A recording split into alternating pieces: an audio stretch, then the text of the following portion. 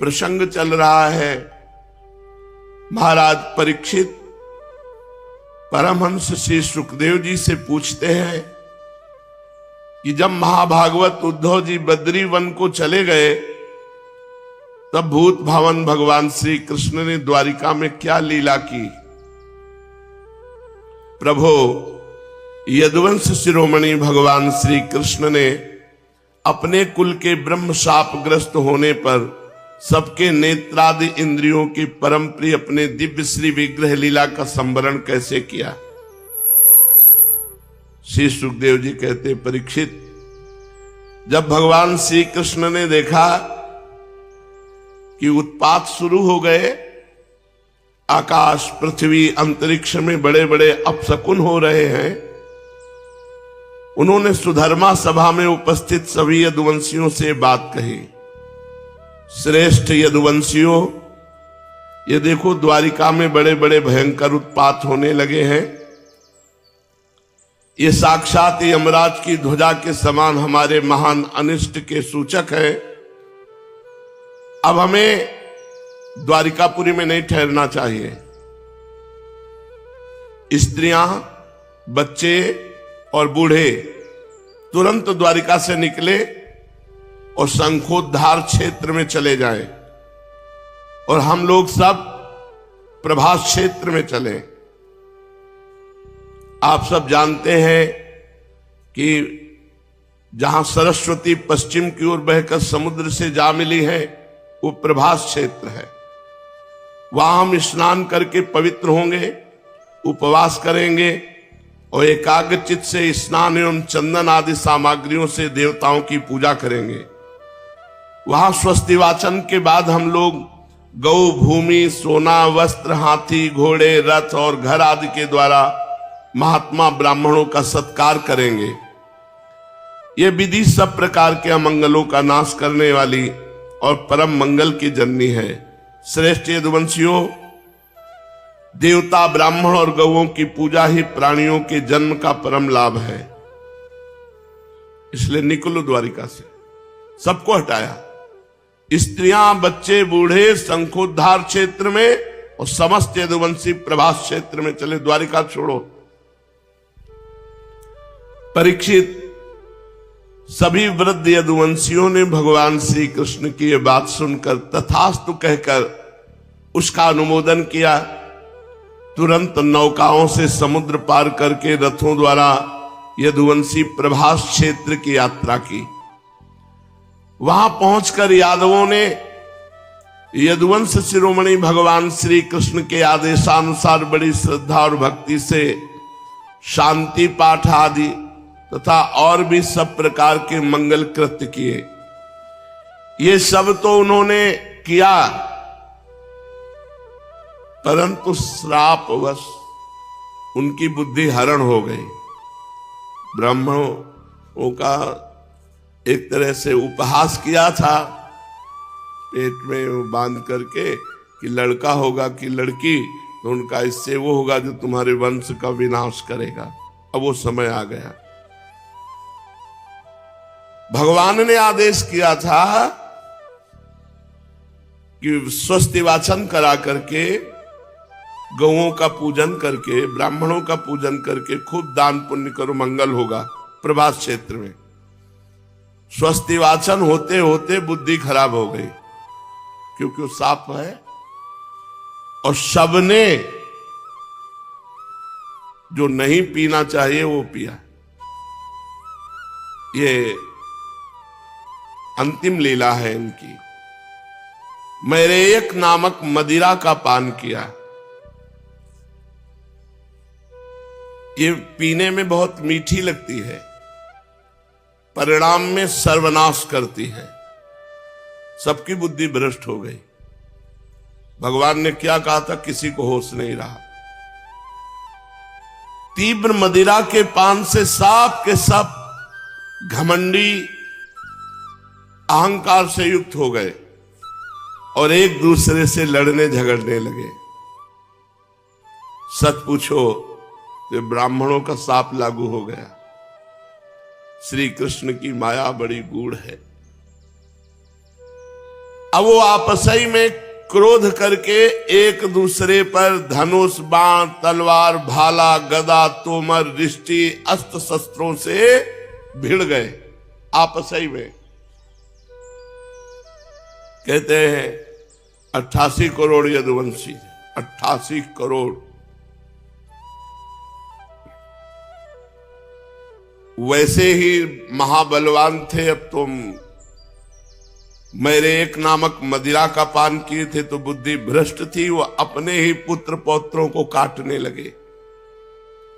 मतवाले यदुवंशी रथों, हाथियों, घोड़ों, गधों, ऊंटों, खच्चरों, बैलों, भैंसों और मनुष्यों पर भी सवार होकर एक दूसरे को बाणों से घायल करने लगे, मानो जंगली हाथी एक दूसरे पर दांतों से चोट कर रहे हों।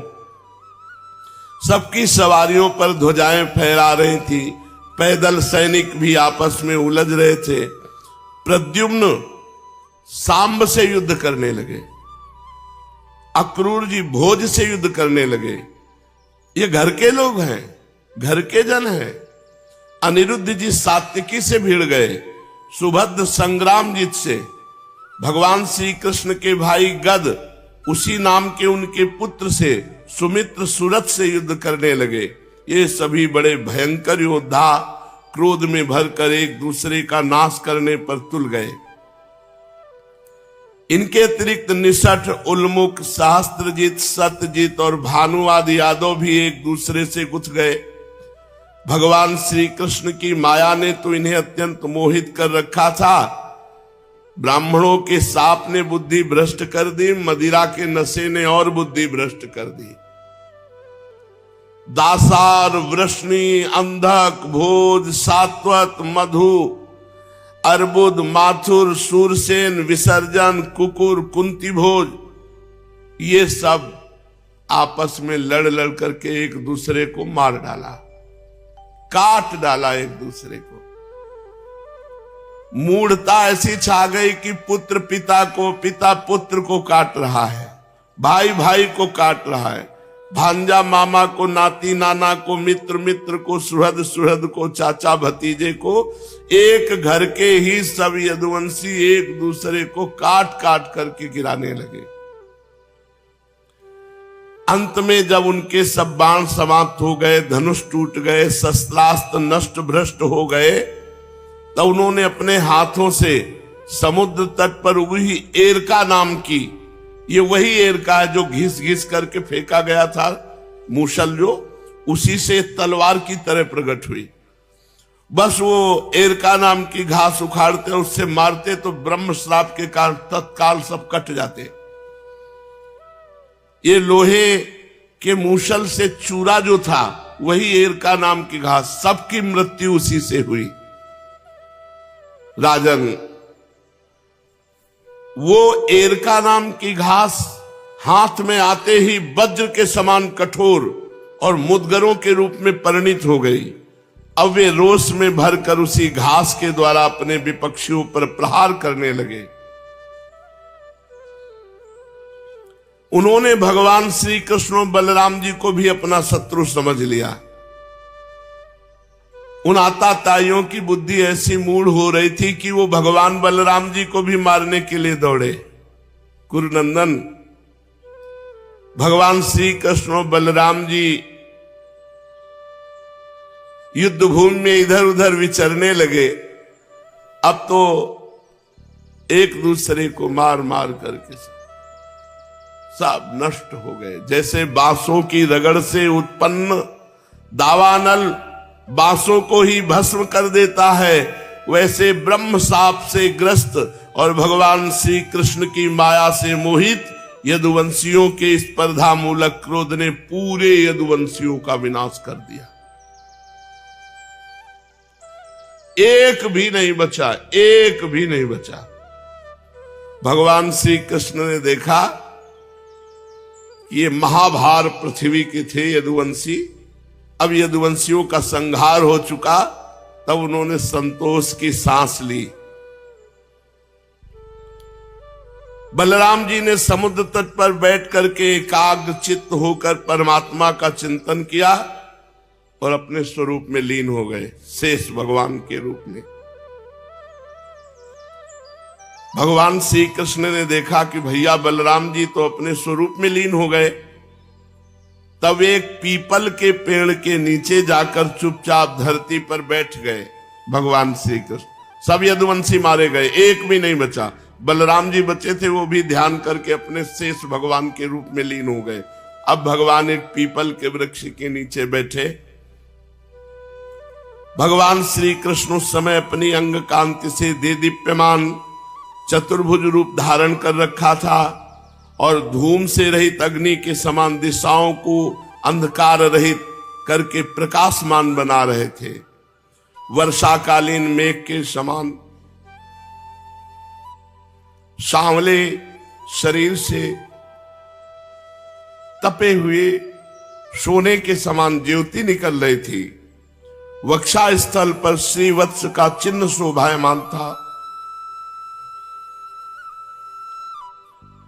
वे रेशमी पीतांबर की धोती और रेशमी दुपट्टा धारण किए हुए बड़े मंगलमय रूप में थे। मुख कमल पर सुंदर मुस्कान, कपोलों पर नीली नीली अलकें बड़ी ही सुहावनी लगती थी। कमल के समान सुंदर सुंदर एवं सुकुमार नेत्र, कानों में मकराकृत कुंडल झिलमिला रहे थे।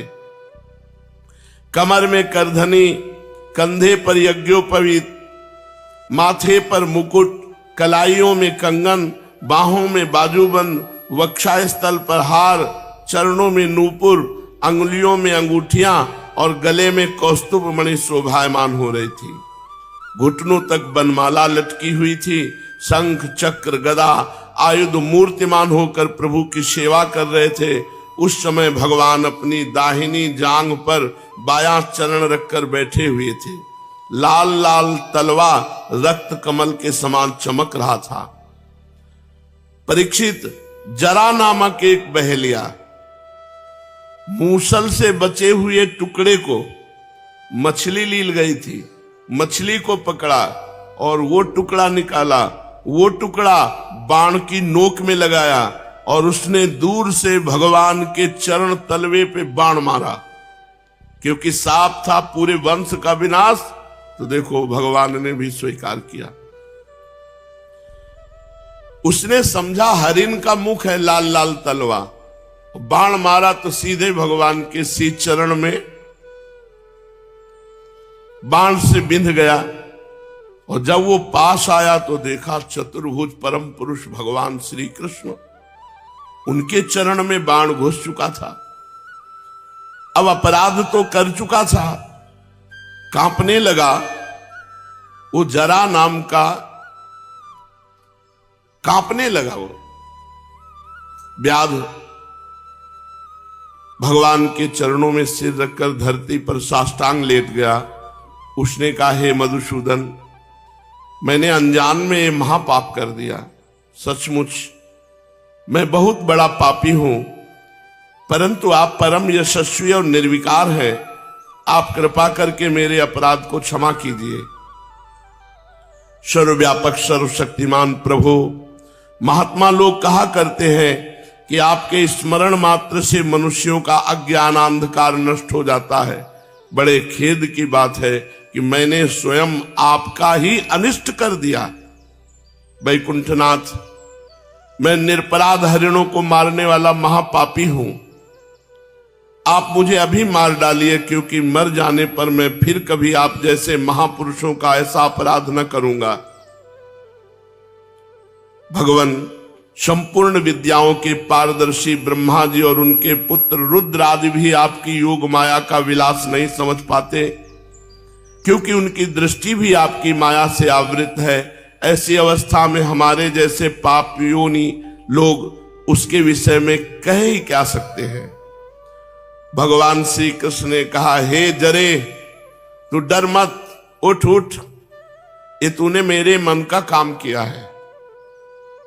जा, मेरी आज्ञा से ये विमान आया, तू बैठ और स्वर्ग में जा। जिसकी प्राप्ति बड़े बड़े पुण्यवानों को बड़ी कठिनता से होती है। अपने मारने वाले बाण जो चरणों में मारा, व्याध को भगवान ने सदेह विमान पर स्वर्ग में भेजा। श्री सुखदेव जी कहते हैं, परीक्षित, भगवान श्री कृष्ण तो अपनी इच्छा से शरीर धारण करते हैं। जब उन्होंने जरा व्याध को ये आदेश दिया तब उसने उनकी 3 परिक्रमा की, नमस्कार किया और विमान पर सवार होकर स्वर्ग को चला गया। भगवान श्री कृष्ण का सारथी दारुक खोजता हुआ, पता लगाता हुआ भगवान के श्रीअंग की गंध से वो अनुमान लगा लिया कि इधर भगवान है और भगवान के सामने आ गया। दारुक ने वहां जाकर देखा कि भगवान श्री कृष्ण पीपल के वृक्ष के नीचे आसन लगाए बैठे हैं। असह्य तेज वाले आयुध मूर्तिमान होकर भगवान की सेवा में संलग्न है। उन्हें देखकर दारुक के हृदय में प्रेम की बाढ़ आ गई।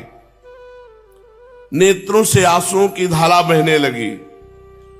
वो भगवान के रथ से कूदकर भगवान के चरणों में गिर पड़ा। भगवान का नित्य सारथी है।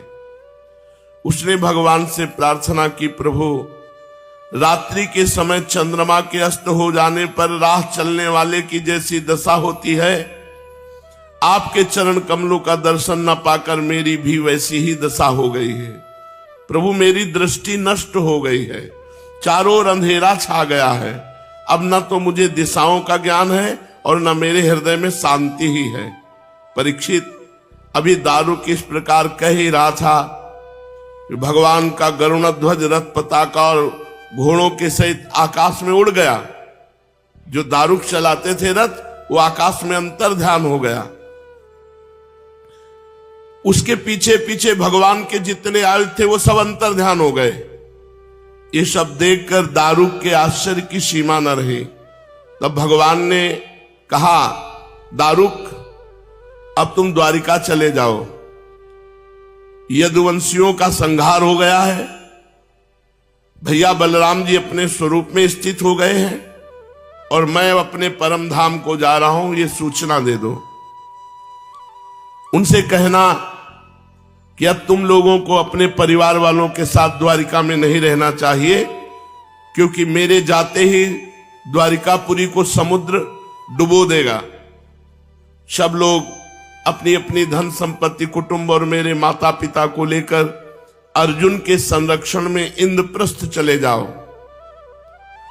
देखो, जब भगवान की लीला में ये संवरण लीला है, विनाश लीला है, तो हमारे जीवन में क्यों नहीं होगी? तो उस दिन की सोचो जिस दिन ये सब विनाश लीला होगी। इसलिए पहले ही भजन करके भगवान को प्राप्त हो जाओ। दारुक, तुम मेरे द्वारा उपदिष्ट भागवत धर्मों का आश्रय लो और ज्ञान निष्ठ होकर सबकी उपेक्षा कर दो। इस दृश्य को मेरी माया की रचना समझकर शांत हो जाओ। भगवान का यह आदेश पाकर दारुक ने उनकी परिक्रमा की और उनके चरण कमल अपने सिर पर रखकर बारंबार प्रणाम किया। तदनंतर वो उदास मन से द्वारिका के लिए चल पड़ा। श्री सुखदेव जी कहते हैं, परीक्षित, दारुक के चले जाने पर ब्रह्मा जी, शिव, पार्वती, इंद्र आदि लोकपाल, मरीच आदि प्रजापति, बड़े बड़े ऋषि मुनि, पितर, सिद्ध, गंधर्व, विद्याधर, नाग, चारण, यक्ष, राक्षस, किन्नर, अप्सराएं, गरुण लोक के विभिन्न पक्षी, मैत्रेय आदि ब्राह्मण, ये सब श्री कृष्ण के परम धाम प्रस्थान को देखने के लिए बड़ी उत्सुकता से वहां आए, जहां भगवान पीपल के नीचे दाहिनी जांघ पर बायां पैर रखे हुए विराजमान थे। वे सभी भगवान श्री कृष्ण के जन्म और लीलाओं का गान वर्णन कर रहे थे। उनके विमानों से सारा आकाश भर सा गया था। वे बड़ी भक्ति से भगवान पर पुष्पों की वर्षा कर रहे थे। सर्वव्यापक भगवान श्री कृष्ण ने ब्रह्मा जी और अपने विभूति स्वरूप देवताओं को देखकर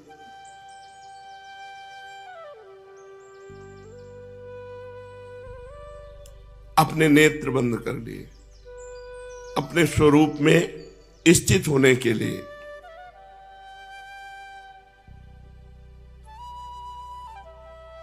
भगवान ने सशरीर जे हुए नेत्र बंद किए, सशरीर नगाड़े बजने लगे, देवताओं के पुष्पों की वर्षा होने लगी और भगवान अंतर्धान हो गए। जैसे बैठे थे वैसे ही अंतर्धान हो गए। भगवान श्री कृष्ण के पीछे पीछे इस पृथ्वी लोक से सत्य, धर्म, धैर्य, कीर्ति और श्री ये सब चली गई। भगवान श्री कृष्ण की गति मन और वाणी के परे है। तभी तो जब भगवान अपने धाम में प्रवेश करने लगे तो कोई नहीं देख पाया, बस इतना देखा कि पीपल के नीचे बैठे, बस फिर खत्म। भगवान किधर गए, कहां गए, कैसे, कोई नहीं देख पाया। इस घटना से सबको बड़ा विस्मय हुआ। जैसे बिजली मेघमंडल को छोड़कर आकाश में प्रवेश करती है, तब बिजली की चाल को कोई देख नहीं सकता, वैसे ही बड़े बड़े देवता भी खड़े रहे, लेकिन भगवान श्री कृष्ण को परम धाम करते समय कोई देख नहीं सका किधर से गए, कैसे गए। ब्रह्मा जी और भगवान शंकर आदि देवता भगवान की परम योगमयी गति देखकर बड़े विस्मय के साथ भगवान की प्रशंसा करते अपने अपने लोक में चले गए। परीक्षित, जैसे नट अनेकों प्रकार के स्वांग बनाता है,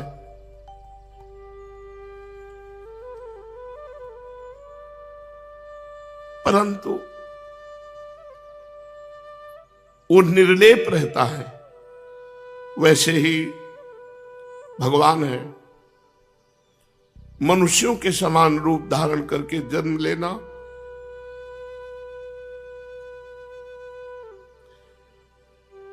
लीला और फिर लीला का स्मरण कर लेना उनके लिए अभिनय मात्र है। वे स्वयं ही इस जगत की सृष्टि करते हैं, इसमें प्रवेश करते हैं, फिर इसका संहार कर लेते हैं। महामहिम स्वरूप है। देखो ना, संदीपनी गुरु का पुत्र यमपुरी चला गया था, परंतु सशरीर उसको लौटा लाए। देखो ना, तुम्हारा इस शरीर ब्रह्मास्त्र से जल चुका था, परंतु उन्होंने तुम्हें जीवित कर दिया। वास्तव में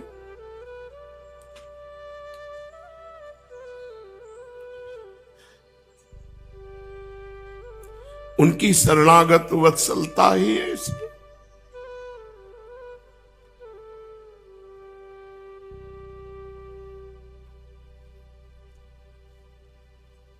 और तो क्या कहूं, महाकाल भगवान शंकर को भी युद्ध में तृप्त कर दिया और अपने प्रति अपराध करने वाले को, जो उनके चरणों पर बाण प्रहार किया, ऐसे कृपालु उसे सदैव स्वर्ग भेज दिया। प्रिय परीक्षित, भगवान अपने शरीर को सदा के लिए यहां रख सकते थे, अवश्य रख सकते थे, पर उन्होंने ऐसा नहीं किया क्योंकि वो निरपेक्ष है। संपूर्ण जगत की स्थिति, उत्पत्ति और संहार उनका एक खेल है। संपूर्ण शक्तियों को धारण करने वाले उन्होंने अपने शरीर को भी यहां नहीं रखा, अंतर ध्यान कर दिया। इससे उन्होंने दिखाया कि यहां से सबको जाना है, यहां किसी का भी शरीर नहीं टिकेगा।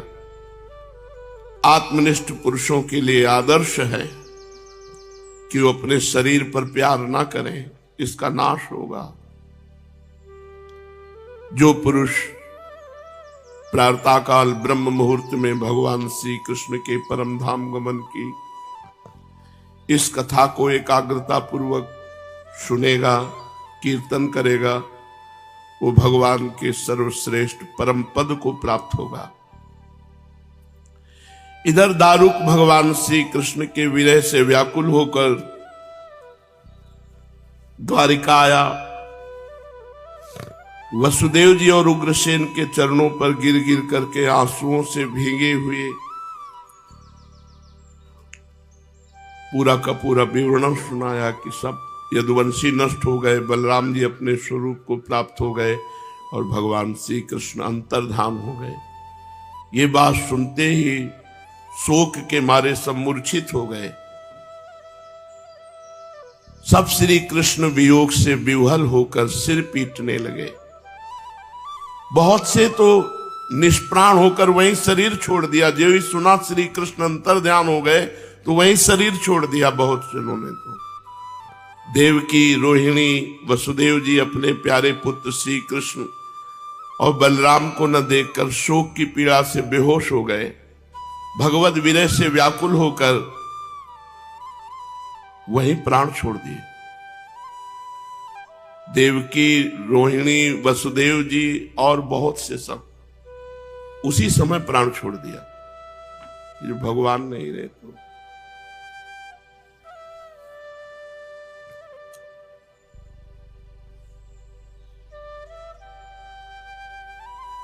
बलराम जी की पत्नियां, वसुदेव जी की और शेष पत्नियां, ये सब अग्नि में प्रवेश कर गई। भगवान श्री कृष्ण की रुक्मिणी आदि पटरानियां, ये सब भगवान का ध्यान करते हुए अग्नि में प्रवेश कर गई। परीक्षित, अर्जुन अपने परम प्रीतम भगवान श्री कृष्ण जो उनके सखा है, बड़े व्याकुल थे। यही थे, द्वारिका में ही थे, पर उन्होंने गीता के सदुपदेश से अपने चित्त को संभाला और भगवान ने जो आज्ञा करी है उसका पालन करना है। यदुवंश के मृत व्यक्तियों में जिनको कोई पिंड दान देने वाला न था, अर्जुन ने श्राद्ध किया। महाराज, भगवान के अंतर्धान होते ही समुद्र ने ऐसी उत्ताल तरंग मारी कि संपूर्ण द्वारिका को अपने जल में ले लिया। देखो, ये विनाश लीला है, ये सबके जीवन में आएगी। इसलिए भजन कर लो, भगवान को रिझा लो। यहां कुछ नहीं है, कुछ नहीं, एकदम नाटक माया का चल रहा है। भजन कर लो, यही सार्थक है। जहां भगवान निवास करते हैं उस द्वारिका को लील गया समुद्र, अपने में लीन कर लिया, सब नष्ट भ्रष्ट हो गया। देखो, भगवान का सब कोई आग में प्रवेश कर गया कि सुनते ही किसी के प्राण निकल गए। 88 करोड़ यदुवंशी लड़कर मर गए, सब विनाश। जो कुछ स्त्रियां बची थी, बच्चे बचे थे, कुछ बूढ़े बचे थे, अर्जुन उनको इंद्रप्रस्थ ले आए। अनिरुद्ध के पुत्र वज्र का राज्याभिषेक कर दिया। तुम्हारे दादा युधिष्ठिर आदि पांडवों को अर्जुन से ही ये बात मालूम हुई कि यदुवंशियों का संहार हो गया। तुरंत उन्होंने राजपद छोड़ा और हिमालय की अंतिम यात्रा की। उन्होंने भी प्राण त्याग दिए। महान भागवत थे, सब क्रमशः गिरते गए हिमालय में, शरीर छूटता गया। मैंने तुम्हें देवताओं के भी आराध्य देव भगवान श्री कृष्ण की जन्म लीला से लेकर कर्म लीला और संवरण लीला सुनाई। जो इसका श्रद्धा के साथ कीर्तन करेंगे, श्रवण करेंगे, वो समस्त पापों से मुक्त हो जाएंगे। परीक्षित, जो मनुष्य भक्त भयहारी निखिल सौंदर्य माधुर्य निधि भगवान श्री कृष्णचंद्र जी के अवतार संबंधी रुचिर पराक्रम और श्रीमद् भागवत महापुराण में तथा दूसरे पुराणों में वर्णित परमानंदमयी बाल लीला, कैशोर लीला आदि का संकीर्तन करता है, वो परमहंस मुनींद्रों के अंतिम प्राप्तव्य श्री कृष्ण के चरणों में पराभक्ति प्राप्त करता है।